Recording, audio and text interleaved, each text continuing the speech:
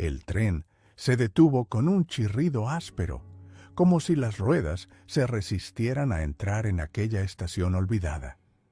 Daniel descendió del vagón con una pequeña maleta en la mano. No había mucha gente en el andén, solo un anciano que fumaba en silencio y una mujer con un niño que lo observaba con ojos curiosos. El aire estaba impregnado de humedad y de un olor metálico, como hierro mojado. Miró a su alrededor. La estación era pequeña, pintada de un beige descascarado, con las letras del cartel casi borradas por el tiempo. Era el mismo lugar al que había llegado tantas veces de niño cuando sus padres aún estaban vivos, pero ahora todo parecía distinto, como si alguien hubiera cubierto cada rincón con una pátina de abandono. Daniel no venía por nostalgia. Había pasado casi 15 años desde la última vez que puso un pie en ese pueblo y lo hacía por una razón que evitaba formular en voz alta. Su hermana Clara había desaparecido allí, en ese mismo lugar, y nunca más se volvió a saber de ella. Tenía 18 años, y la versión oficial decía que había escapado, que se había marchado con alguien, que los jóvenes hacen cosas así. Pero Daniel nunca lo creyó. La última vez que alguien la vio, con certeza, fue cerca del viejo sanatorio psiquiátrico que, por entonces, estaba a punto de cerrar. Desde entonces, ni una pista. El taxi que había pedido con antelación lo esperaba fuera. El conductor, un hombre corpulento de bigote ralo, no pronunció palabra cuando Daniel le dio la dirección del hostal donde se alojaría. Durante el trayecto, Daniel se dio cuenta de que el pueblo estaba aún más vacío de lo que recordaba. Muchas casas cerradas, ventanas tapiadas, persianas oxidadas. Las pocas personas que caminaban por las calles lo hacían con la mirada baja, como si evitaran el contacto. El silencio era casi absoluto, roto solo por el motor del coche y, de vez en cuando, por el graznido de algún cuervo. El hostal se alzaba en una calle secundaria. Era un edificio viejo con un letrero de neón que parpadeaba de forma irregular. La dueña, una mujer entrada en años, lo recibió con una sonrisa forzada, como si supiera más de él de lo que debería. «Hace mucho que no recibimos visitantes», dijo al entregarle la llave de la habitación. Daniel asintió, sin dar más explicaciones. Subió al cuarto, dejó la maleta y se acercó a la ventana. Desde allí se veía una parte del pueblo, y a lo lejos, en lo alto de una colina cubierta de pinos, la silueta oscura del sanatorio abandonado. Aún a esa distancia, la mole de hormigón y ladrillo se imponía sobre el paisaje como una sombra imposible de ignorar. La primera noche en el hostal fue inquieta. El silencio del pueblo no ayudaba a dormir. A medianoche, Daniel se despertó con la sensación de que alguien se movía en el pasillo. Escuchó pasos lentos y un roce suave contra la madera. Se incorporó, contuvo la respiración y prestó atención. Los pasos se detuvieron justo frente a su puerta, permaneciendo allí unos segundos interminables, y luego se alejaron. No se atrevió a abrir. Permaneció sentado en la cama, con los ojos abiertos, hasta que el amanecer tiñó de gris las cortinas. Al día siguiente salió a recorrer el pueblo. Quería ver con sus propios ojos cuánto había cambiado. La plaza central seguía allí, con su fuente seca y las bancas de hierro oxidado. El café donde solía ir con Clara había cerrado, las ventanas cubiertas de polvo. Al pasar por la iglesia, notó que las puertas estaban entreabiertas y un murmullo provenía del interior. Entró. Dentro, la penumbra era total, salvo por unas velas encendidas en el altar. Un sacerdote de rostro huesudo lo miró fijamente desde el fondo, como si lo hubiera estado esperando. Daniel se sintió incómodo y salió sin decir palabra. Caminó sin rumbo hasta los límites del pueblo. Allí comenzaba el camino de tierra que llevaba al sanatorio. El sendero estaba cubierto de ramas secas y piedras. El bosque lo rodeaba, espeso y húmedo, y el aire parecía más frío entre los árboles. A lo lejos, el edificio abandonado se erguía silencioso. Daniel se detuvo, observando sus ventanas rotas, los muros cubiertos de grafitis y la verja oxidada que lo rodeaba. Sintió un escalofrío, no de miedo, sino de reconocimiento. Allí era donde había desaparecido su hermana, y allí era donde debía volver a entrar. No lo hizo ese día. Dio media vuelta y regresó al hostal, pero en su mente ya había tomado la decisión. Al anochecer, mientras cenaba solo en el comedor vacío, la dueña se acercó y, en voz baja, dijo: «No debería quedarse mucho tiempo. Aquí la gente prefiere olvidar». Luego se marchó, dejándolo con un sabor metálico en la boca, parecido al del aire que había respirado al llegar. Daniel despertó con la cabeza pesada. Había soñado con la voz de su hermana, llamándolo desde un lugar lejano, aunque al abrir los ojos solo encontró la penumbra de la habitación. La noche había sido larga, con ruidos extraños en el pasillo, golpes leves contra la madera y un frío inexplicable que parecía venir de dentro de las paredes.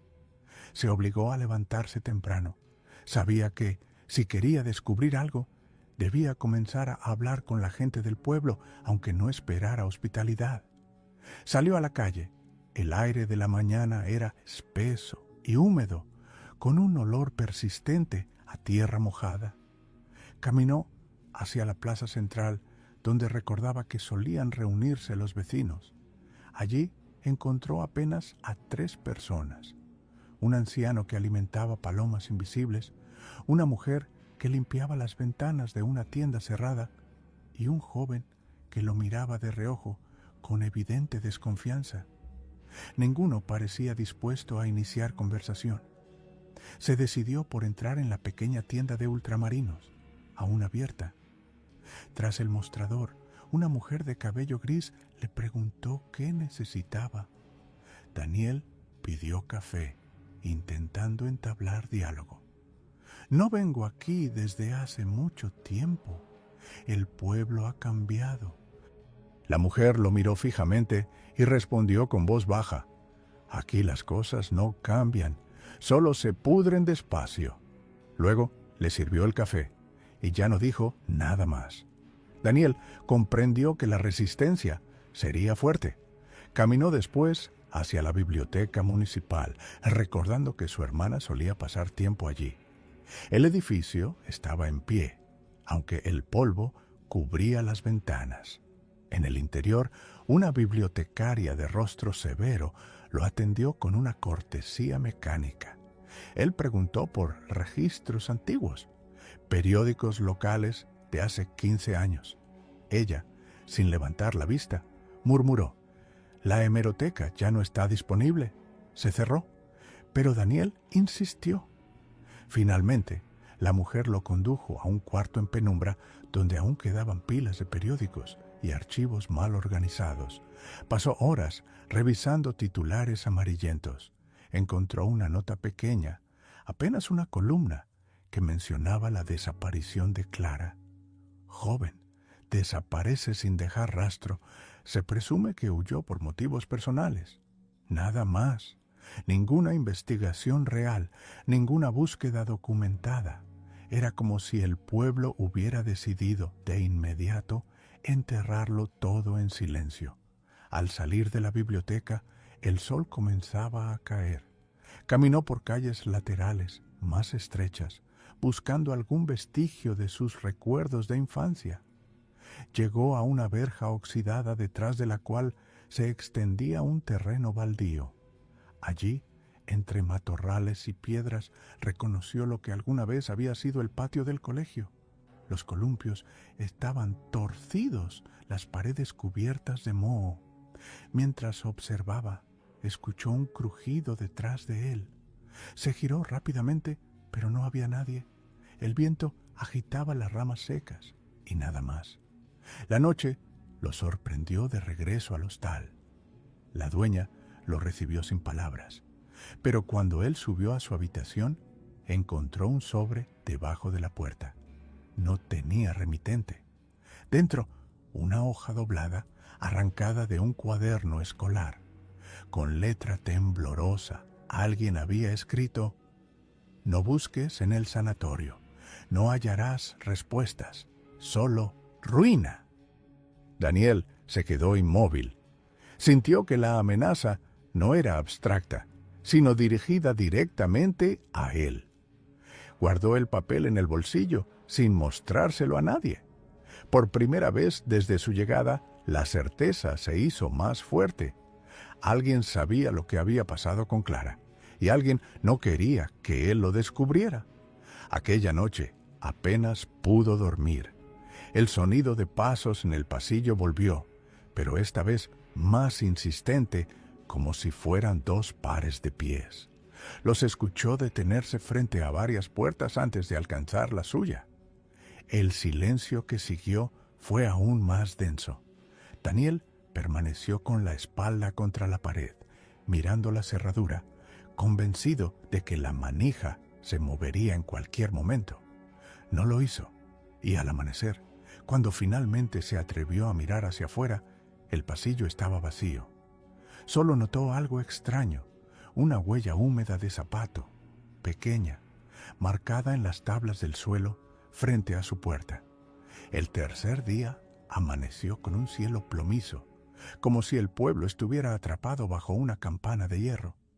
Daniel bajó al comedor del hostal, donde la dueña servía café aguado y pan duro. Ella lo observó en silencio, con una expresión que oscilaba entre la curiosidad y la advertencia. No intercambiaron palabras. Daniel sabía que cualquier pregunta directa sobre el sanatorio sería recibida con evasivas, así que decidió no insistir. Al salir, notó que varias ventanas se cerraban a su paso. No era una paranoia. La gente lo evitaba con una hostilidad contenida. Caminó hacia las afueras, decidido a acercarse por primera vez al lugar que lo había traído hasta allí. El camino de tierra que conducía al sanatorio se extendía entre pinos húmedos, con raíces que sobresalían como costillas enterradas. A medida que avanzaba, el aire se volvía más denso, impregnado de olor a resina y hojas podridas. Tras casi media hora de ascenso, llegó a la verja principal. Oxidada, torcida en algunos puntos, parecía más un símbolo de frontera que una barrera real. Detrás se erguía la mole gris del edificio. Varias ventanas estaban tapiadas con tablones, otras mostraban vidrios rotos como bocas abiertas. El silencio era total, salvo por el repiqueteo de unas gotas que caían desde el alero metálico. Daniel se quedó un rato contemplando, con la sensación de que el edificio mismo lo observaba. No se atrevió a entrar de inmediato. Rodeó el perímetro, avanzando entre zarzas y maleza. Desde la parte trasera pudo ver lo que quedaba del jardín del sanatorio, una explanada de hierba seca, bancos oxidados, restos de columpios infantiles. Aquella visión lo estremeció. Clara solía hablarle de los rumores que circulaban en el colegio sobre los pacientes que jugaban allí vigilados por enfermeros. Ahora todo estaba cubierto de un silencio mortal. Mientras exploraba, escuchó un crujido seco. Giró la cabeza y vio a un hombre a lo lejos, entre los árboles. Vestía ropa de trabajo, una chaqueta azul manchada de barro. El hombre lo miraba fijamente, sin moverse. Daniel levantó la mano, intentando saludar, pero el otro no respondió. Permaneció allí unos segundos más y luego se adentró en el bosque. Daniel sintió un nudo en el estómago. No sabía si aquel individuo lo vigilaba o simplemente había coincidido, pero la sensación de acecho lo acompañó de regreso al sendero. Antes de marcharse, Daniel empujó con cuidado la verja principal. Contra todo pronóstico, se dio con un chirrido que heló el aire. Solo dio un paso dentro, lo suficiente para percibir el olor agrio de humedad y yeso descompuesto que emanaba del interior. A lo lejos, dentro del pasillo central, le pareció distinguir un reflejo metálico, como de un objeto abandonado que devolvía la luz. No avanzó más. Cerró la verja y descendió de nuevo hacia el pueblo, con la decisión de preparar su entrada en otro momento. De regreso al hostal, encontró la puerta de su habitación entreabierta. El corazón le dio un vuelco. Entró con cautela, revisando todo. La maleta seguía en su lugar. Nada parecía robado. Sobre la cama, sin embargo, había algo nuevo. Una fotografía en blanco y negro, doblada por la mitad. La desplegó con manos temblorosas.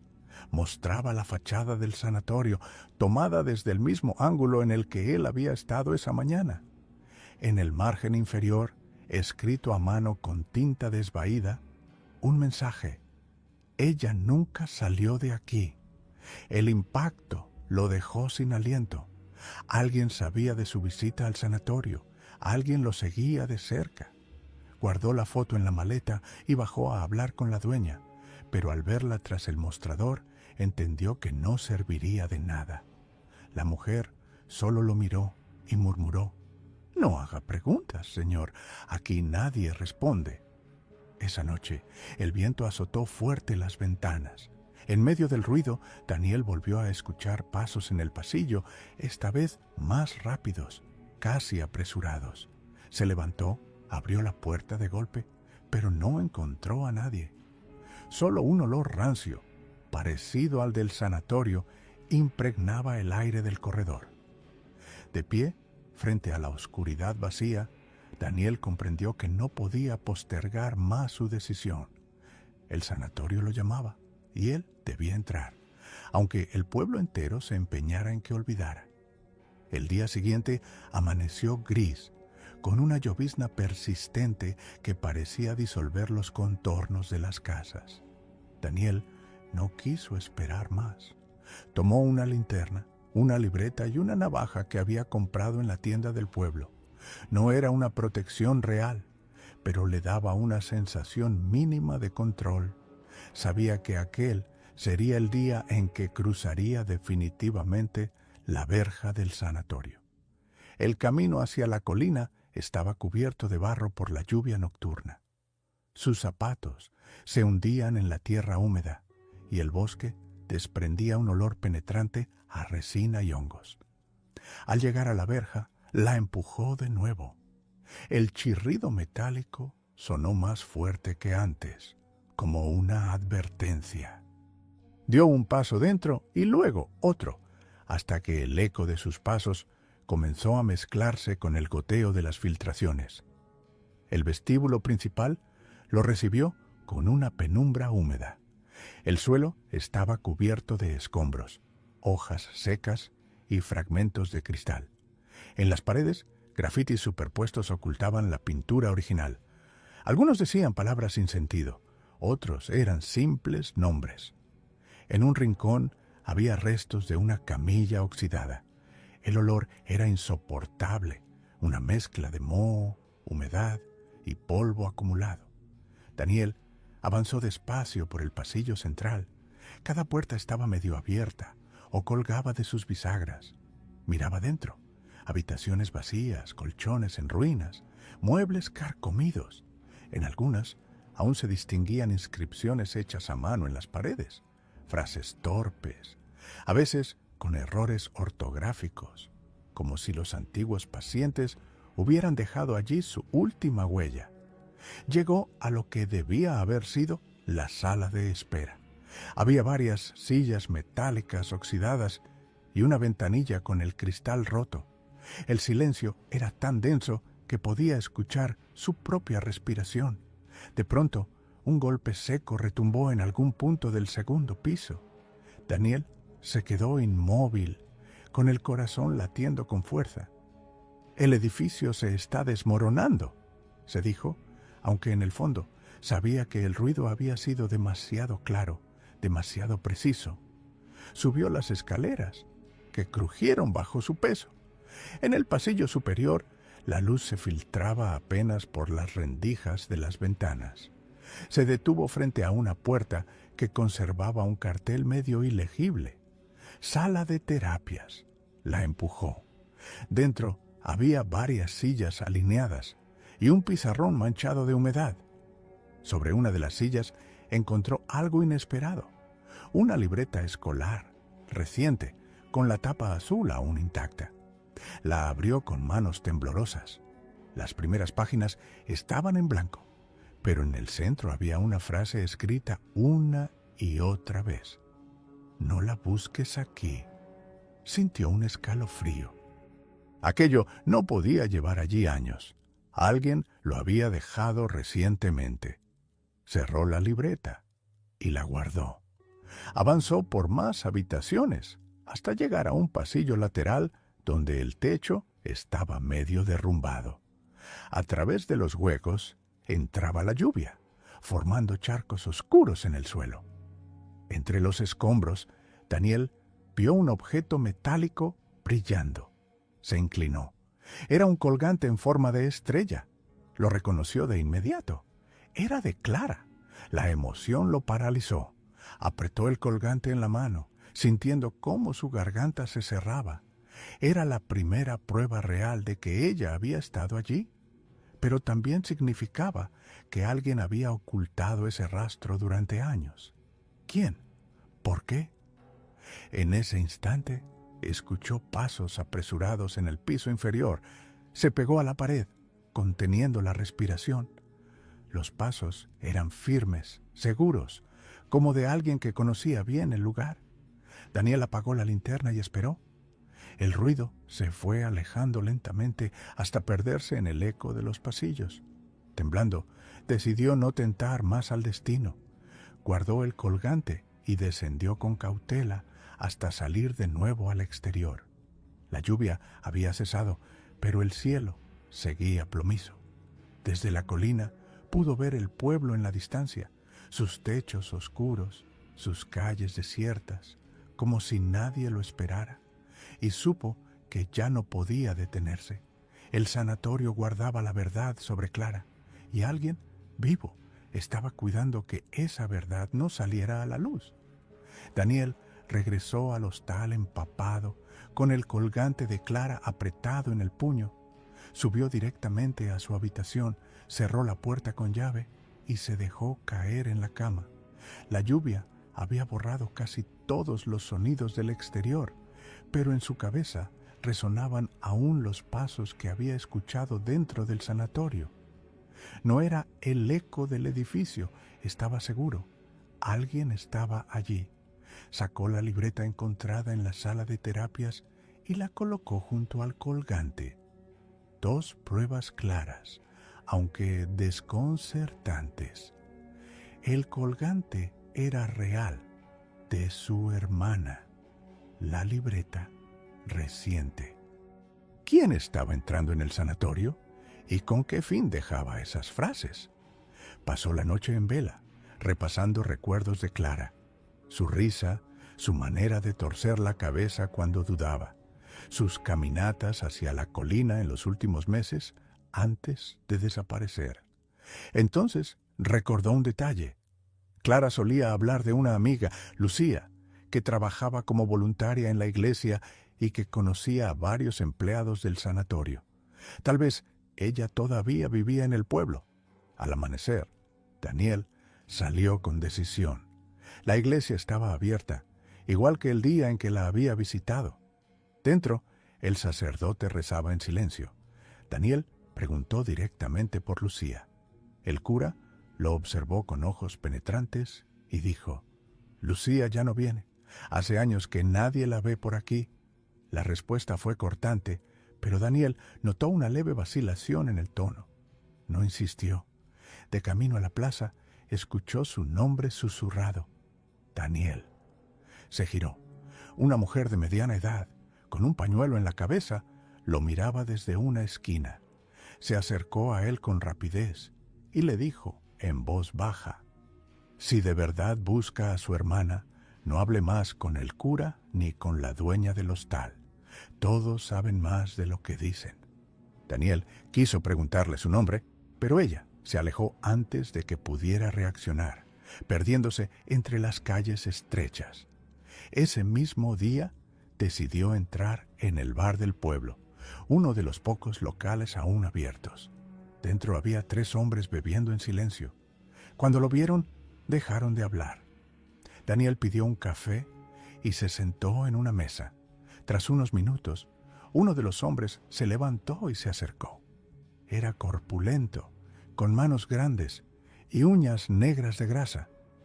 «¿Qué busca exactamente en este pueblo?», preguntó con voz áspera. «A mi hermana», respondió Daniel sin rodeos. «Desapareció hace 15 años». El hombre lo miró fijamente y luego soltó una carcajada breve, seca. «Aquí han desaparecido muchos. No es el único. Mejor haga las maletas antes de que sea otro nombre en la lista». Los otros 2 hombres rieron por lo bajo.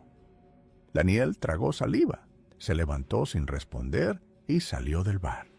El aire frío de la calle lo recibió con un golpe en el rostro. Sabía que el mensaje era claro. Lo estaban vigilando y su presencia incomodaba a todos. Al volver al hostal, encontró la puerta de su habitación abierta otra vez.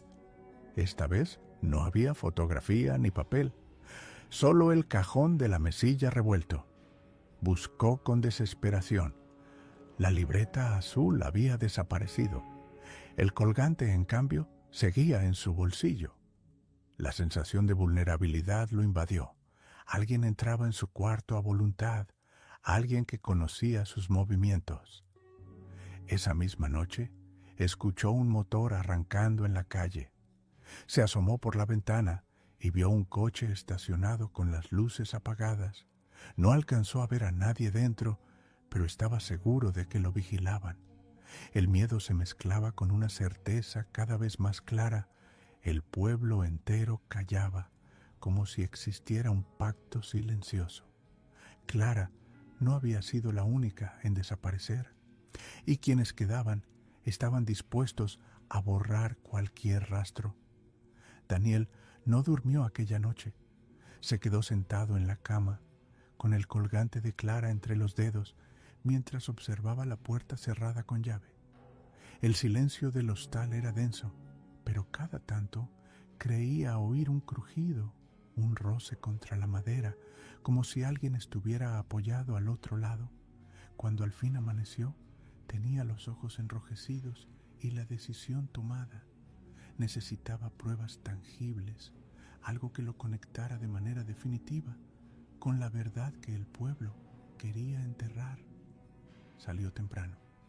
No había casi nadie en las calles, salvo un perro famélico que lo siguió durante varios metros antes de perder interés. Daniel caminó hacia los archivos municipales. El edificio, antiguo y descuidado, parecía a punto de derrumbarse. Tras insistir varios minutos, un empleado adormilado le permitió el acceso a unos legajos olvidados en una sala húmeda del sótano. Revisando expedientes, encontró algo revelador. Varios informes de ingreso de pacientes al sanatorio en los últimos años antes de su cierre. Muchos nombres estaban tachados, pero uno le llamó la atención: Lucía Gutiérrez. El corazón le dio un vuelco. La amiga de Clara había sido paciente y no voluntaria, como siempre creyó. El documento era escueto: fecha de ingreso, motivo vago, trastorno de conducta y una anotación en rojo: traslado no registrado. Guardó una copia en su libreta y salió con prisa. Afuera, el cielo se había oscurecido, aunque apenas era mediodía. Daniel se dirigió de nuevo al sanatorio, decidido a buscar pruebas concretas del vínculo entre Lucía y su hermana. El camino estaba más solitario que nunca. Al llegar, La verja volvió a chirriar con un lamento metálico. Dentro, la penumbra lo recibió como una boca abierta. Avanzó hasta el ala norte, siguiendo el pasillo húmedo y resquebrajado. Allí, tras una puerta semioculta, encontró una escalera que descendía. El aire era más frío, impregnado de un hedor penetrante a humedad estancada. Encendió la linterna y bajó. El sótano era un laberinto de habitaciones pequeñas, con rejas oxidadas en lugar de puertas. Cada celda mostraba signos de encierro, colchones podridos, marcas en las paredes, objetos olvidados. En una de ellas, Daniel descubrió lo que parecía un cuaderno infantil, destrozado por la humedad. Al hojearlo, alcanzó a leer un nombre repetido varias veces con tinta corrida: Clara. El hallazgo lo sacudió hasta el hueso. Su hermana había estado allí abajo, no como visitante, sino como alguien retenido. Sintió náuseas, pero continuó. En la última celda encontró algo más. Una huella. En la pared, a la altura de la cintura, había una marca oscura, como de una mano embarrada. Lo extraño era que parecía reciente, fresca, imposible de tener 15 años. Tocó con los dedos. El barro aún estaba húmedo. El corazón le latió con violencia. No estaba solo. De repente, escuchó un ruido metálico proveniente del pasillo, un golpe seco, como si hubieran dejado caer una cadena. Apagó la linterna instintivamente, quedándose en la oscuridad absoluta. Los pasos resonaron, firmes, acercándose. Daniel contuvo la respiración, pegado a la pared. El silencio volvió tan repentinamente como había aparecido. Cuando encendió la linterna otra vez, no había nadie. Pero al girarse hacia la salida, notó algo nuevo en el suelo. Un sobre blanco, perfectamente seco en medio de la humedad. Lo recogió con manos temblorosas. Dentro, una sola frase escrita en mayúsculas: «Vete antes de que sea tarde». Daniel salió corriendo del sótano, jadeando, con el sobre arrugado en el puño. Al llegar al exterior, el aire libre le supo a hierro. Y por primera vez desde que llegó al pueblo, sintió un miedo real, físico, de no salir vivo de aquel lugar. Daniel regresó al hostal, tambaleándose, con el sobre aún en la mano. Subió a su habitación, cerró la puerta con el pestillo y se dejó caer contra la pared. El colgante, el cuaderno, la marca reciente en la celda, todo confirmaba que la historia de Clara no había terminado 15 años atrás. Pero lo que más lo perturbaba era la sensación creciente de que alguien manipulaba cada uno de sus movimientos, guiándolo por un camino diseñado de antemano.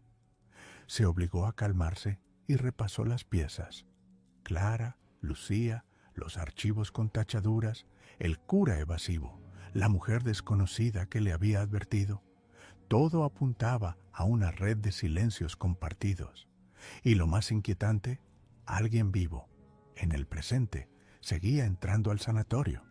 Esa tarde, Daniel decidió caminar por los márgenes del pueblo, lejos del centro, buscando lugares que pudieran darle otra perspectiva. El camino de tierra lo llevó hasta un conjunto de casas abandonadas, con ventanas tapiadas y puertas colgando de las bisagras. En una de ellas, a medio derrumbar, escuchó algo, un murmullo, como voces apagadas. Se detuvo, conteniendo la respiración. El murmullo parecía provenir del interior oscuro. Dio un paso, luego otro, hasta cruzar el umbral. El aire estaba cargado de polvo y olor a madera húmeda. El murmullo se hizo más nítido. 2 voces femeninas, susurrando. «¿Clara?», se le escapó en voz baja. El silencio fue inmediato, un crujido sobre su cabeza, luego nada. Avanzó con la linterna hasta el salón, donde las paredes estaban cubiertas de garabatos hechos con carbón. Entre ellos alcanzó a leer un nombre repetido varias veces: Lucía. De pronto, Un objeto cayó desde el piso superior, una piedra que se estrelló a pocos centímetros de su pie. Daniel levantó la linterna y vio fugazmente una sombra moverse entre los tablones del techo. Corrió hacia la escalera, pero al subir solo encontró el piso vacío, las tablas crujientes y un silencio absoluto. Bajó de nuevo con el pulso acelerado. Sobre la mesa desvencijada del salón había algo que no estaba antes: una fotografía en blanco y negro. En ella aparecían varios jóvenes en la entrada del sanatorio. Reconoció a Clara de inmediato.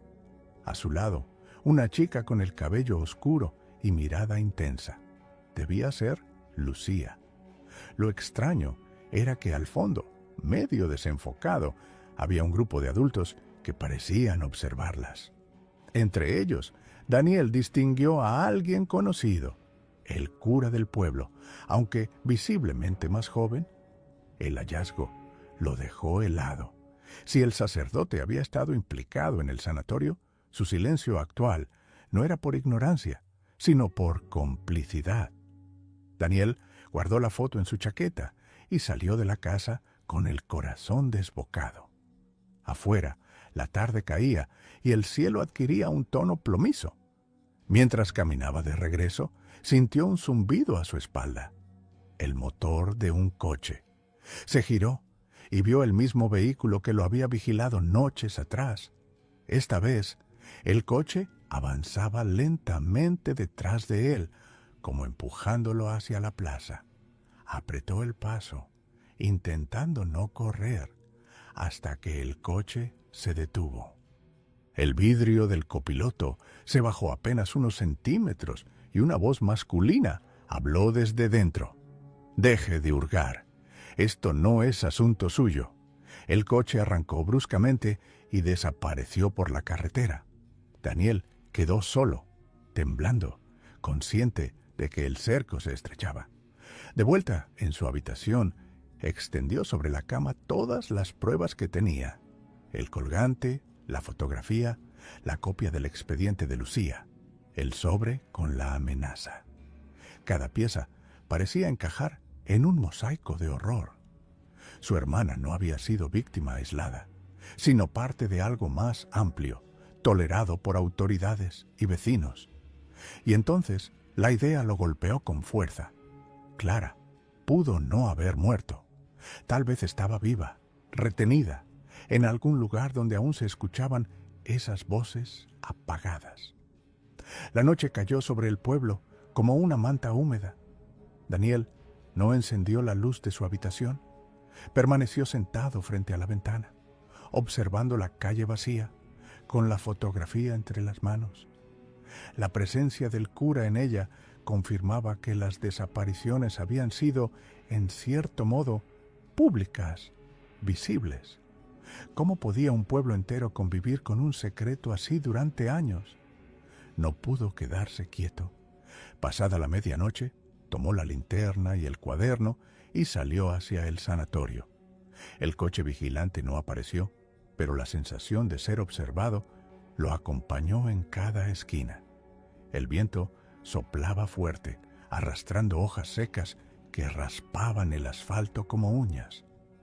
La verja cedió de nuevo, con un gemido metálico. Daniel cruzó el patio hasta el ala principal, decidido a volver al sótano. El recuerdo del sobre con la advertencia no lo detuvo.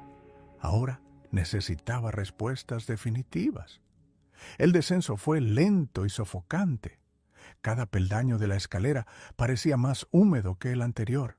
El olor a moho era insoportable. Al llegar al pasillo subterráneo, Daniel notó algo distinto. El aire estaba más cálido, como si alguien hubiera estado allí poco antes. Avanzó con la linterna encendida, deteniéndose en cada celda. En una encontró un manojo de llaves oxidadas colgando de un clavo. En otra, una sábana sucia, arrugada, como si alguien la hubiera usado recientemente. El estómago se le contrajo. Entonces lo escuchó.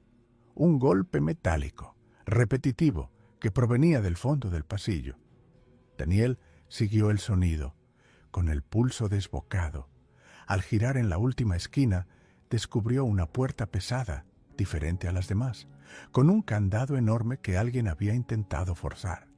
El golpe provenía de dentro. «Clara», susurró con la voz quebrada. El golpe cesó al instante. Un silencio sepulcral llenó el corredor. Daniel apoyó la oreja en la puerta, conteniendo el aliento, y entonces, suave, casi imperceptible, una voz femenina susurró desde el otro lado: «Ayúdame». Daniel retrocedió con la piel eritada. Quiso gritar, pero el nudo en su garganta se lo impidió. Intentó abrir el candado, pero no se dio. Golpeó con las manos, desesperado, mientras la voz repetía la súplica: «¡Ayúdame!». De pronto, pasos apresurados retumbaron por el pasillo. Varias linternas se encendieron a lo lejos, cegándolo. Voces masculinas gritaron órdenes.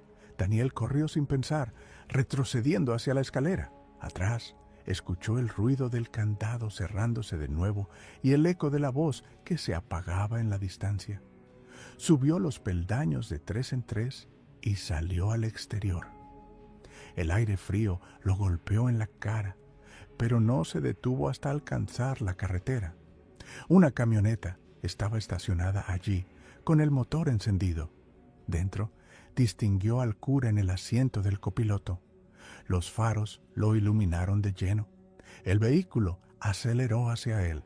Daniel se lanzó a un costado, rodando entre la maleza mientras la camioneta pasaba rozándolo. Escuchó risas dentro, luego el motor alejándose en la oscuridad.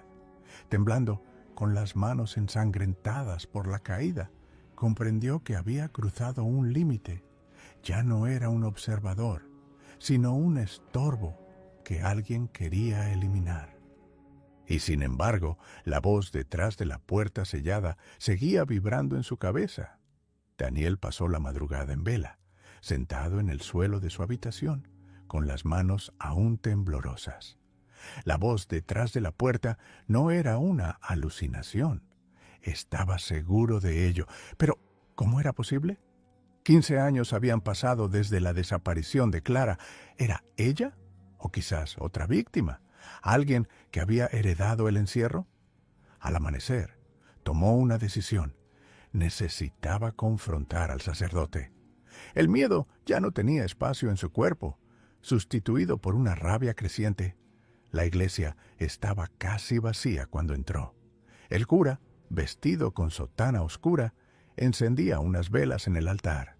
Daniel caminó hacia él con paso firme, ignorando el eco de sus pasos en las losas. «Usted estuvo allí», dijo, extendiendo la fotografía. «No lo niegue». El sacerdote miró la foto. Su mano tembló apenas un instante, pero enseguida recobró la calma. «No sabes lo que dices. Estás perturbado por el dolor. Lo vi, ese lugar, esas celdas. Clara estaba ahí». La voz de Daniel se quebró. «Y anoche escuché una voz». El cura lo observó con compasión fingida. «Voces, hijo. En esas paredes aún resuenan gritos antiguos. El pasado nos persigue, pero no se puede revivir lo que está muerto». Daniel lo empujó contra el altar, con furia contenida. ¿Qué hicieron con ellas? ¿Qué hicieron con Clara y Lucía? El sacerdote guardó silencio, y ese silencio fue más elocuente que cualquier palabra. Finalmente, con voz áspera, dijo: «No busques más. Esa búsqueda te destruirá, y lo que descubrirás no lo podrás cargar». Daniel salió de la iglesia con el corazón golpeando en sus costillas. El pueblo entero parecía observarlo desde las ventanas cerradas, desde las esquinas desiertas. Era como si cada habitante supiera, como si todos fueran cómplices de un secreto que nadie quería nombrar.